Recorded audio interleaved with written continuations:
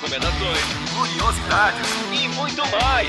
Está no ar mais um 30 Minutos, sua meia hora alucinógena de literatura.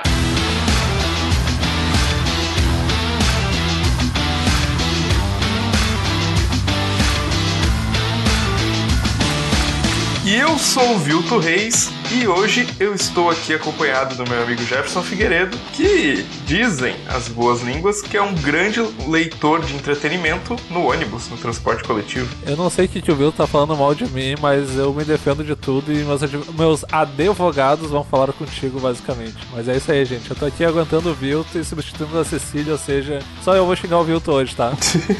Olha só, isso já alivia um pouco, assim, é menos xingamento pro meu lado, mas ok. Hoje a gente vai falar sobre um tema que eu acho que é bem relevante e bem frequente em discussões de literatura, principalmente nas altas rodas de literatura, em que, né, se dá aquela empinadinha de nariz assim e se fala, ai, essa literatura de entretenimento, com um certo desprezo. Então a gente vai discutir esse assunto aí sobre o que é literatura de entretenimento, se isso é válido como forma literária ou não. Tá, eu tenho uma pergunta bem básica aqui antes de começar o cast, que é o seguinte: Vilto, como é que tu define literatura de entretenimento? Cara, eu acho que em certa medida, essa eu acho que talvez já vai ser um pouquinho polêmica, toda literatura é literatura de entretenimento, porque, beleza, a não ser que tu esteja lendo um livro lá de filosofia, um livro técnico, mas tipo assim, se é literatura de ficção, pra mim ela entretém de alguma forma, sabe? Então eu partiria da ideia de que o escritor, ele escreve aquilo para ou provocar alguma coisa no leitor, e isso pode ser um entretenimento. Então eu diria que toda literatura é literatura de entretenimento. Mas como é que tu define literatura de entretenimento, Jefferson? Sabe que quando tu falou literatura de entretenimento, eu comecei a pensar nisso e eu fiquei pensando. Eu não abri Google nem nada aqui, eu tentei pensar só na cabeça e eu não consigo muito bem chegar pensando assim de forma mais clara que é literatura de entretenimento. A gente tava falando antes do cast sobre literatura de massa, que é literatura, sei lá, tipo, best-seller. Mas é meio difícil separar, porque parece que tem uma certa arrogância, tipo, não, isso aqui é entretenimento, então eu não vou pensar se eu ler, sei lá, Conan Doyle, ou sei lá, o Stephen King, ou qualquer coisa do tipo. Tem uma certa petulância, na verdade, nessa expressão, pensando agora, tipo, literatura de entretenimento, porque existe... Aí tem aquelas dualidades, né? Tem a literatura que eu, o homem culto, vou ler, e tem os livros desses réis mortais que não chegaram ao meu nível. Tu vê que já tem uma categorização e uma hierarquia bem clara. Mas não sei o que é, tipo, até certo ponto eu concordo com o Vilto, tipo, tudo que tu lê, e eu vou ser bem mais radical, tudo que tu lê, e eu, tipo, uma visão bem borgiana da coisa é literatura, entendeu? Tanto que pro Borges, metafísica era literatura, e metafísica, teoricamente, é filosofia. Mas, sei lá, tipo, não sei muito bem definir. Ultimamente eu tenho cada vez pensado menos nessas barreiras, assim, de, isso é literatura de massa, até porque, tipo, literatura de massa, de entretenimento, ou, sei lá, outros nomes que podem surgir, é meio...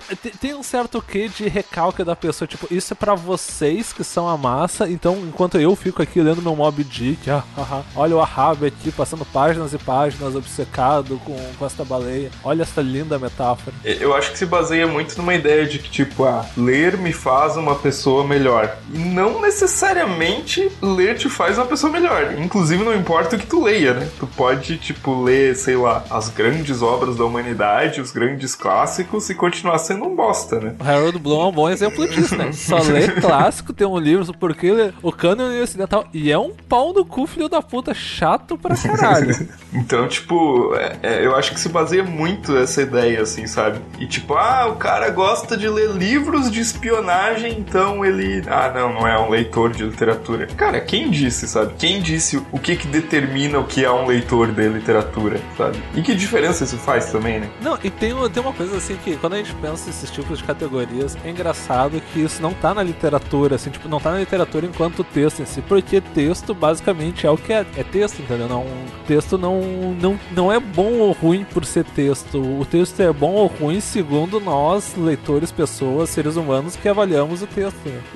Mas tem uma coisa que eu tô agora pensando, eu falei do Harold Bloom, não foi por acaso, porque tem um pouco essa ideia da literatura literatura que vai levar o ser humano pra frente, que normalmente a gente chama de cânone isso. Aí tu entende, sei lá, Shakespeare, Cervantes, Machado, cada um tem seu cânone, assim, de alguma forma. E aquilo que fica meio relegado, que aí pode entrar nas duas categorias, ou literatura de entretenimento, basicamente uma coisa bem vaga pra dizer, isto não vai te levar a nada, o que é mentira. Tem muita literatura que é vendida, por exemplo, como literatura de entretenimento, que pode te fazer pensar muito mais, às vezes, do que outras obras, ou tanto quanto. Eu gosto de usar sempre um bom exemplo, que é um dos meus escritores preferidos, que é o Simenon, que, teoricamente, nas camadas mais superficiais, é um romance policial bem simples, entendeu? Mas a forma que ele cria, por exemplo, o texto dele, a última coisa que ele tá se importando é o whodunit, que é o quem fez isso. Ele tá mais preocupado do porquê e o que leva, às vezes, sei lá, o Vilto, pai de família ali, cara pacato, tem a Débora, tem o Emanuel,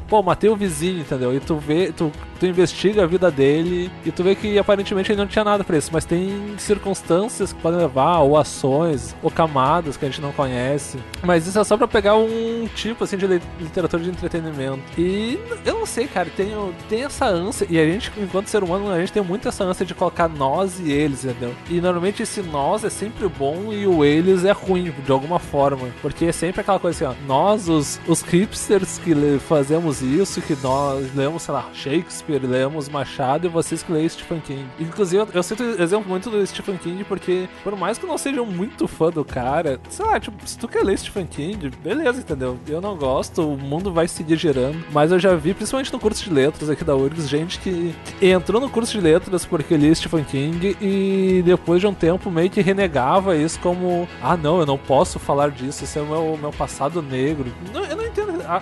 A coisa era tão boa num momento da tua vida que te levou a fazer um curso universitário que é relacionado com isso e agora tu simplesmente ignora. Tipo assim, a literatura e entretenimento, ela tem um grande mérito, na verdade, né? Que é atrair leitores, né? Forma leitores, né? Então, porque, tipo, é aquele momento que o cara provavelmente, falando assim, uma pessoa que não tem o hábito de ler, né?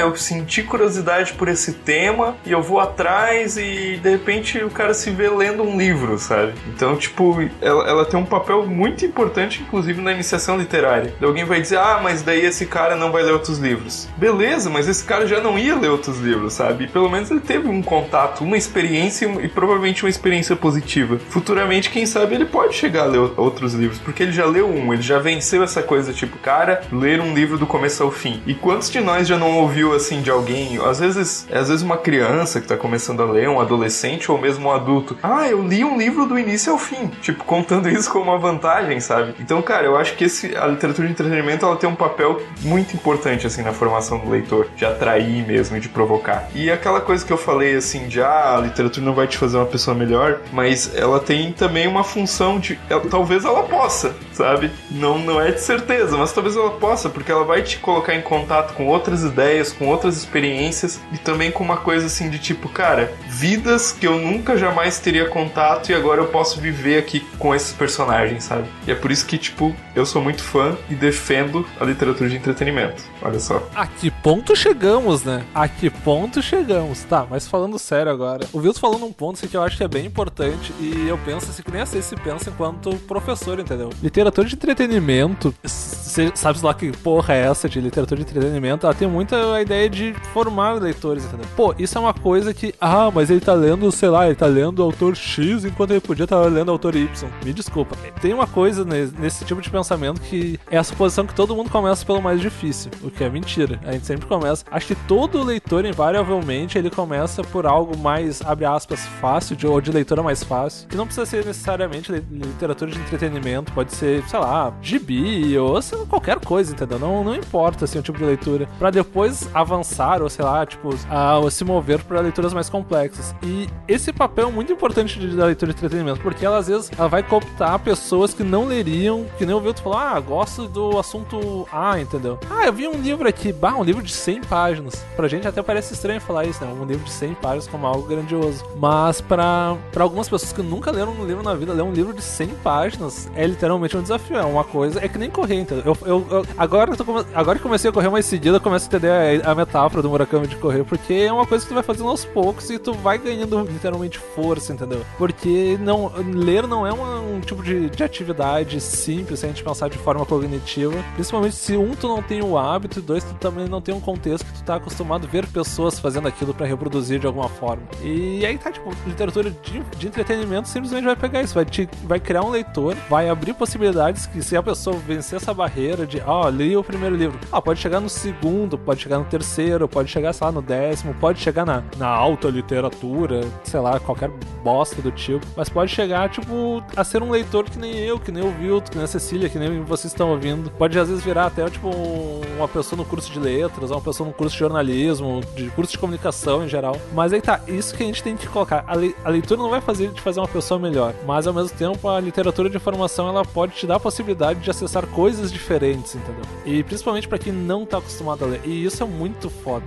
Mas, e aí eu queria fazer essa pergunta pro Vilto, tem uma coisa que normalmente vem um certo receio não, assim, mas tem gente que tem uma certa dor de cotovelo com literatura de entretenimento, que é o seguinte: Vilto, tu acha que literatura de entretenimento tem um certo... digamos, desprezada porque as pessoas não gostam que ela vende? Eu acho que essa é uma ideia um pouco complexa, né? E no Brasil a gente tem isso muito forte também, né? Eu diria que é mundial, mas aqui também, principalmente com criações de brasileiros, né? Mas é a ideia de que só porque o negócio vende muito, ele é ruim. E na maioria dos casos pode ser que seja, sabe? Mas não sempre, sabe? E eu falo que isso não é, tipo, só local, porque, por exemplo, o autor que a gente gosta cita bastante, que é o Haruki Murakami. É um cara que é mega vendido lá no Japão e até hoje, lá pela crítica, ele também é considerado um autor ruim, sabe? Justamente por vender bastante. Tu acha que tem um ressentimento porque vende? Tem um ressentimento forte, sim. Mas acho que acima de tudo, cara, o que mais quebra é aquela coisa que a gente já falou, assim, do tipo, cara, eu leio tal coisa, então eu sou melhor que você. É tipo uma necessidade de se colocar num status maior, sabe? Sabe de uma coisa porque eu perguntei isso? Porque isso eu acho que é um pacote que vem com a coisa da arrogância. A arrogância assim de, eu leio alta literatura e você lê literatura de entretenimento ou literatura comercial. Que é o seguinte, é pensar, por exemplo, que a verdadeira obra de arte não tem valor. E eu lembro que eu já vi uma pessoa falando uma vez, por exemplo, Van Gogh não vendeu não é um escritor, mas Van Gogh não vendeu um quadro a vida toda enquanto pintor, e ele é o Van Gogh. E como se isso fosse uma vantagem pro Van Gogh, não o fato de ele ter morrido quase miserável, louco e triste por causa disso. Tem um certo romantismo, e aí a gente tá voltando no romantismo mesmo, romantismo no sentido mais puro da palavra, movimento literário, de pensamento, etc. De que a obra não tem valor. Isso é muito bonito, isso é muito legal, mas vai falar isso pro cara que vive dos direitos autorais. Se ele não ganhar o dinheiro com direitos autorais, ele vai ganhar como? A vida dele é escrever, produzir e recolher os frutos daquilo. Se tu acha que, não, ele não pode vender porque a arte tem um fim maior, sim, a arte pode ter um fim maior, e eu concordo, a arte enquanto todo, literatura tem N possibilidades de abrir horizontes e perspectivas às pessoas, todo aquele papo meio clichê que é às vezes importante lembrar, principalmente nos períodos como esse. Mas também a pessoa precisa comer, entendeu? E se ela consegue, sei lá, tipo, fazer algo muito bom e que seja de entretenimento, qual o problema da pessoa lucrar com isso, entendeu? Não é o fim do mundo, não tem nenhum problema. Vocês imaginam só, por exemplo, assim, pensar que, por exemplo, dizer pro cara que, pras milhões de pessoas que compraram O Nome da Rosa, não, você não pode comprar porque isso é literatura de entretenimento. Ou o Saramago, né, o cara que vendia pra caramba os livros quando lançava e tal.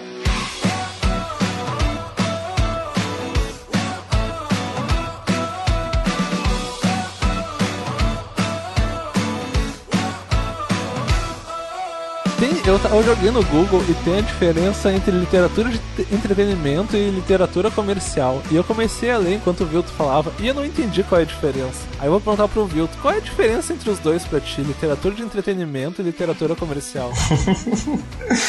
Cara, particularmente eu acredito que tem a ver, por exemplo, literatura comercial, né? No Brasil se vende muito livro espírita e livro evangélico. Então eu diria que isso se enquadra dentro da perspectiva das editoras, nem tanto dos leitores, como literatura comercial também. E eu acho que não como entretenimento, mas eu não tenho certeza dessas definições aí, pra te falar, é isso ou é aquilo. Não, eu perguntei mais porque, de novo, aquela coisa assim, a gente precisa de alguma forma criar termos pra coisas que a gente não não gosta ou que a gente acha que, sei lá, que a gente possa desmerecer. Essa coisa de colocar, por exemplo, como literatura comercial, literatura de entretenimento, tem muito essa ideia, de novo, e eu gosto muito dessa ideia porque a gente faz muita divisão de leitura a partir disso, do que é boa e má literatura, do que é alta e baixa literatura, do que é literatura para fazer o ser humano pensar e literatura de entretenimento. Por quê? Isso quer dizer que quem leu Crime e Castigo pode ler o livro todo e não fazer nenhuma reflexão? Pode.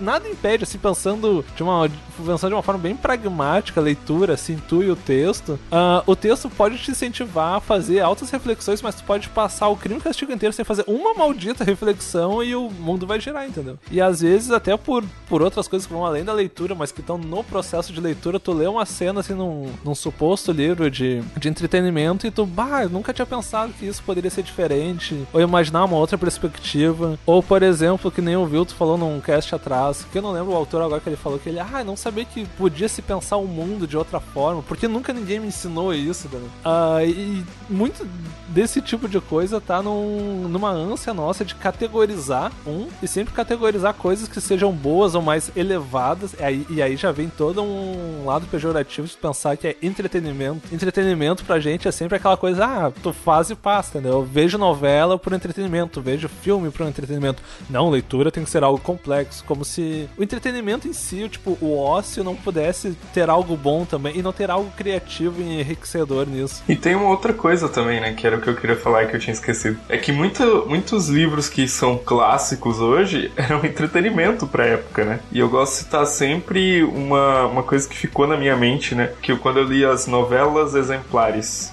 eu acho que o título é esse, novelas alguma coisa do Miguel de Cervantes, que são tipo contos, assim, na real, né? Nem são novelas no sentido que a gente entende novela hoje. E no prefácio, ele dizia o seguinte, eu gostaria que esse livro fosse como uma grande mesa de bilhar que pudesse ficar exposto numa praça pública para todos se divertirem. Então, cara, se isso não é uma definição de literatura que se propõe a entreter, e a gente tá falando de Miguel de Cervantes, o autor de Dom Quixote, então eu não sei o que é a definição de uma literatura de entretenimento, sabe? E, no entanto, hoje é considerado clássico, né? E o Jefferson poderia citar milhares de outros exemplos que eu sei que ele gosta de falar sobre isso. Não, e tem... Eu gosto de Cervantes porque Cervantes tem umas frases muito boas. Por exemplo, desocupado leitor. Muita gente esquece, mas Dom Quixote, que é considerado o grande... Começa com essa frase. E começa com essa frase. E é o Dom Quixote. A gente imagina um Dom Quixote, filosofia, imaginário. Aí vem, desocupado leitor. Pô, é genial tu começar um livro assim, né? Desocupado leitor. Zoeira never ends, né, cara? Mas é isso que o Vilto falou, entendeu? Sei lá, eu sempre penso no Jorge Amado. Hoje em dia o Jorge Amado é considerado, sei lá, tipo, cânone brasileiro, entendeu? Mas durante muito tempo, quase até a morte dele, muita gente não aceitava, entendeu? Eu tenho um professor aqui da URGS especial, da graduação, que ele é professor de literatura brasileira e ele não aceita o Jorge Amado enquanto literatura. Pra ele é literatura de consumo. Por quê? A Jorge Amado era um cara que vendia muito na época dele, principalmente assim, anos 30, 40, 50 e 60. Nos anos 70 já era não tanto assim, mas era, tipo, era roda, entendeu? E eu perguntei pra ele uma vez, então isso torna ele o quê? Literatura de comercial, literatura de entretenimento? Entretenimento. Ele mostra umas baianas, umas bundas. E aí eu perguntei, qual é a diferença dele então e do Érico Veríssimo, que é o cara que ele inclusive estuda? Porque os dois vendiam muito na mesma época e tinham perfis de público parecido. E ele congelou. E é engraçado ver que é só um julgamento ali da pessoa, entendeu? Sobre a coisa e sobre... sei lá, vocês estão entendendo. A coisa não é o livro em si o problema. O livro pode ser bom, pode ser um clássico bom e um clássico ruim, pode ser uma leitura de entretenimento boa ou ruim, entendeu? Não é o livro em si que vai ser o problema. Às vezes até a gente com a leitura não cria esse preconceito. Eu acho que a coisa mais importante que a gente pode tirar desse podcast é não cria esse preconceito, porque isso é muito chato. E isso cria, eu acho que um dos tipos mais chatos de leitores, que é tu tá lendo isso, eu leio, sei lá, e chega com Ulisses do Joyce, assim, olha essas frases aqui, eu preciso ressuscitar a Cecília nesse momento, assim, reclamando do pessoal que ama o Joyce, porque olha esta frase bem construída, olha este fluxo de linguagem. Não, gente, por favor. Tu acha que só porque tu lê um texto mais complexo, tu é mais foda, então, sem chance, cara. Bom, e já que a gente tá falando aqui de literatura de entretenimento, a gente tem que indicar alguns livros, né? Livros que a gente considera que são entretenimento legal, sei lá, pra ler, tipo, na praia, pra ler no ônibus antes de ir pro trabalho, às vezes, ou num dia que talvez as coisas não deram muito certo e você precisa desanuviar sua mente. Olha que verbo bonito, desanuviar. Só ele conhece, tá inventando palavras já, ó. Então nós vamos indicar alguns livros. Jefferson, comece. Tá, eu pensei assim, eu tava pensando de um cara que eu acho bem interessante, que ele tem vários livros de, abre aspas, de entretenimento, que é o Luiz Fernando Veríssimo, que é um cara que eu acho muito foda. Ele tem livros basicamente de crônicas, mas nem todos, tem alguns que são de contos mesmo. Mas tem um que eu acho que é muito, muito bom e é muito divertido. E o tipo de humor que ele faz eu acho muito legal, que é O Analista de Bagé. Que é, eu não sei se o Vilto já leu, mas é muito foda, cara. E é um livro curtinho, assim, e é uma versão analista freudiana de um cara, só que ele é um bagual lá de Bagé. Pra quem não sabe quem é Bagé, é a fronteira do estado com a Argentina. Então tu imagina um cara piochado, de bigodão, fazendo análise freudiana. É basicamente isso, entendeu? E é um livro divertido, é um livro que... Ele, como todos os livros do Luiz Fernando Veríssimo, ele tem muito humor, ele é super acessível. Eu acho que a maior qualidade do Luiz Fernando Veríssimo, enquanto escritor, é ser um cara que tu pode dar um texto dele pra uma criança de 10 anos, às vezes, e ela vai pegar a ideia. Ela pode não pegar, às vezes, toda a complexidade da ideia, mas ele tem um texto muito bom, mas ao mesmo tempo muito acessível. E é legal, vale a pena, entendeu? Às vezes tu não vai sair com a grande iluminação da tua vida, mas também tu vai, sabe, tu vai pegar uma coisa legal. Muito bom. Não li ainda, mas já tá há alguns anos na minha lista. Tá, eu vou fazer uma proposta que eu vou indicar 3 autores brasileiros, tá? Nessa lista aqui de entretenimento, tá? Ui, ousado. Começou, chegou, a ousadia chegou. Ah, meu Deus. Eu vou indicar, tipo, 3 linhas totalmente diferentes, assim. A primeira é um cara que eu acho um autor muito legal, assim, de literatura brasileira. É porque ele pega, tipo, gêneros e, tipo, subverte, cria obras meio que, tipo, contemporâneas em cima desses gêneros e brinca muito com isso. Que é o Shechenesky, o Antônio Shechenesky. E eu vou indicar o livro As Perguntas dele, que eu não gosto desse título, não curto, mas e acho que também não representa muito o livro. Mas enfim, é um livro que fala de uma personagem que, tipo, ela é totalmente cética com relação a tudo no mundo e ela se envolve com uma galera que, tipo, pratica um ocultismo lá muito louco. O ocultismo lá muito louco. O ocultismo já é de bom, mas o ocultismo muito louco que é o problema, né? Mas tipo, justamente essa coisa de, tipo, ela ser uma personagem cética, que quer o tempo inteiro desacreditar das coisas, mas daí, tipo, tem uma parada que eu gosto muito, acho que o Mutarelli faz isso também nos livros, mas o Shechenesky fez de um jeito um pouco diferente nesse livro, que é ficar muito... não deixar claro pro leitor se ela tá tendo alucinações, tipo, sei lá, se ela tá tendo umas piras meio psicológicas, ou se aquilo tá acontecendo mesmo no campo do ocultismo, sabe? Então, tipo, é bem doido esse livro, cara. É uma personagem em São Paulo que ela vai viver essas loucuras e ela vai atrás e, enfim, às vezes pode dar merda nesse livro. Então, recomendo. Muito bom. Tá, eu vou recomendar um livro que eu já falei antes, mas porque é um livro que, assim, pra mim, especialmente quanto leitor, eu acho um tipo de leitura muito fascinante, que é O Nome da Rosa. Por que O Nome da Rosa? O Nome da Rosa, tu pode ler ele como em tantos níveis, mas o nível, assim, mais como que a gente pensa normalmente é da história, que é lá eu me esqueci o nome do maluco, mas que é a homenagem lá ao cara do Sherlock Holmes e o Beckersville. E ele é basicamente um romance policial na Idade Média. Tu pode ler ele simplesmente como um cara que tá lá por acaso e ele é bom de lógica, então ele vai tentando descobrir quem é que tá fazendo os assassinatos lá no mosteiro, etc, quem tá matando os monges. E tu pode ler ele como um livro simples, mas ao mesmo tempo, se tu quiser, tu pode aprender semiótica com ele, porque o Humberto Eco, que já morreu faz 1 ou 2 anos, ele era linguista, ele era filósofo e ele trabalhava muito com semiótica, que é muito a ideia do livro, entendeu? E ele é um livro que nem o Humberto Eco fala num livrinho muito curtinho sobre esse livro, que é o Pós-Fácios sobre o Nome da Rosa, do Nome da Rosa, que é um livrinho, eu acho que deve ter umas 20 páginas, tu acha bem fácil em PDF, que ele fala que esse livro é um livro falando sobre livros, entendeu? Que era um pouco a ideia dele, porque tem todo o tema da biblioteca, e de como os livros alimentam os livros, aí tem a coisa do Borges, tanto que tem um personagem que faz referência ao Borges, mas eu acho ele um livro muito bom, assim, enquanto entretenimento, porque tu pode ler ele bem de boa, sem saber quem é o Jorge Luiz Borges, pensar em semiótica, e tu vai passar pelo livro, porque ele é um livro acessível, e ele tem umas ideias muito legais, assim, até pra quem não tá muito acostumado a ler. Normalmente o tamanho assusta, é um livro de, acho que umas 400 páginas, mas é um livro divertido ao mesmo tempo. E eu acho que é o melhor livro do Humberto Eco, porque eu já tentei ler acho que quase todos os outros, e alguns deles eu desisti no meio, porque ele, não, agora eu vou ficar sério, entendeu? Agora eu vou ficar espertão aqui.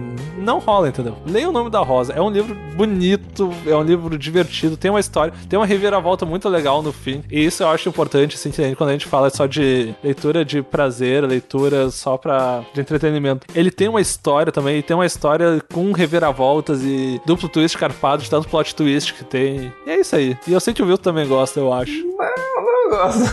Tá errado, assim, ó. Vou dizer que tá errado, ó. Se tu não gosta, ó, eu vou dizer a verdade. Eu tentei ler uma vez O Nome da Rosa, li umas 40 páginas e falei, não tô nessa vibe. E, tipo, isso já aconteceu com livros que eu, tipo, deixei de ler e depois voltei a ler e gostei. Então, não quer dizer que o livro seja ruim, pelo amor de Deus. Ainda mais Humberto Eco. Tá, antes que tu fale mais merda, então, indica um livro aí. Cara, eu vou indicar um livro que eu estou lendo, na verdade. Assim como o livro que eu indiquei antes, eu li esse ano. Mas eu estou lendo um livro, tô numa fase meio de voltar às minhas raízes, que é ler livros de fantasia, livros de ficção especulativa, ficção científica, terror, fantasia, enfim. Toda essa bagulhada aí, que a Cecília detesta, mas que eu sei que tem muita gente que ouve a gente que também gosta. Polêmica! Polêmica! Polêmica! Polêmica! E olha só, o livro que eu tô lendo, ó, já que a gente falou de literatura de entretenimento, né? O livro se chama Ordem Vermelha, Filhos da Degradação, que é um livro de um autor brasileiro, Felipe Castilho, e que, cara, que tem uma história bem peculiar de criação da obra, né? Porque ele foi convidado pra escrever esse livro. O que os caras convidaram ele tinham, né? Que era um dos caras do Omelete, lá o site que fala de cinema. Os caras tinham vários desenhos de personagens, assim, e tipo, putas desenhos, né? Tipo, os caras eram diretores de arte, tinham alguns desenhos, mostraram pro escritor, o cara falou, legal e tal. Pô, que tal escrever um livro com esses personagens aqui? E o cara topou e escreveu, tipo, um calhamaço, assim. Enfim, e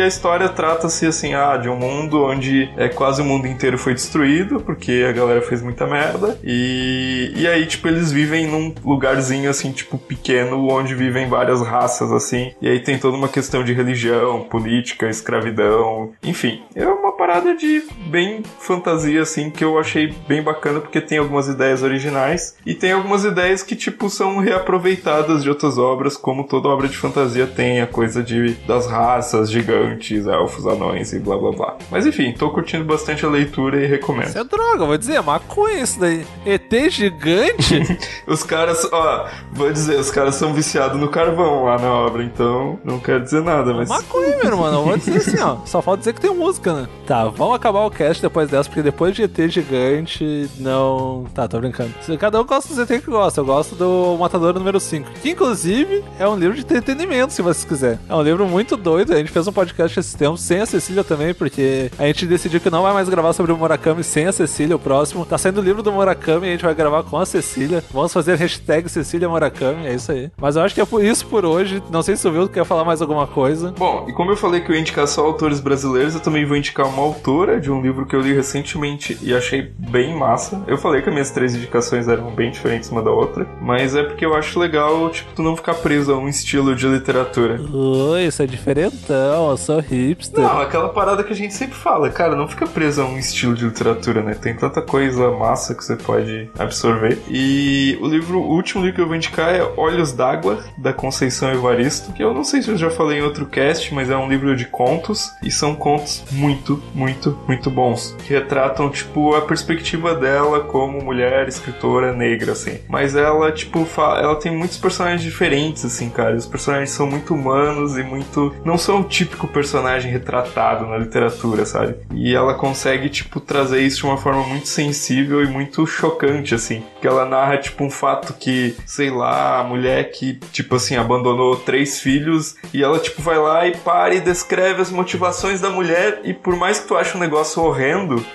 uma mulher fazer isso, ou uma pessoa fazer isso, né? Tipo, tu consegue entender as motivações dela. Então, tipo, isso é um grande feito como escritor, sabe? E, enfim, Olhos d'Água, da Conceição Evaristo. 3 indicações bem diferentes uma das outras.